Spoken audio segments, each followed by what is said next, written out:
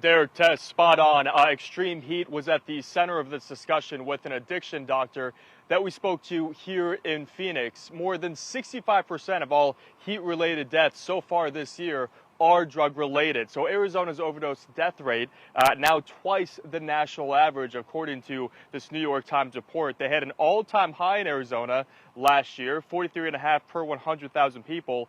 Meantime, the U.S. has seen a decrease since the pandemic after several decades of rising OD deaths. Arizona's family spoke with Circle the City's Dr. Matt Evans, who is helping people fight addiction firsthand. He says the heat is a huge reason why Arizona is seeing an increase in these deaths.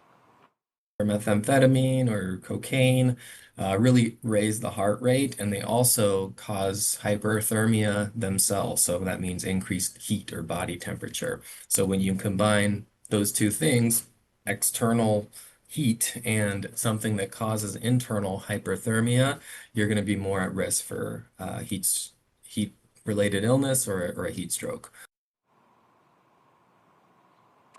And in addition to methamphetamine, Dr. Evans says that powdered fentanyl is still a huge issue in the drug trade here in Arizona. There is one small silver lining with all of this conversation around the drug trade here in Arizona. Last month, around mid-June, we did see a decrease in non-fatal overdoses compared to that time last year. Circle the City and so many other nonprofits have resources available for people trying to fight addiction. And we have that information on azfamily.com. Derek, Tess, I'll send it back to you.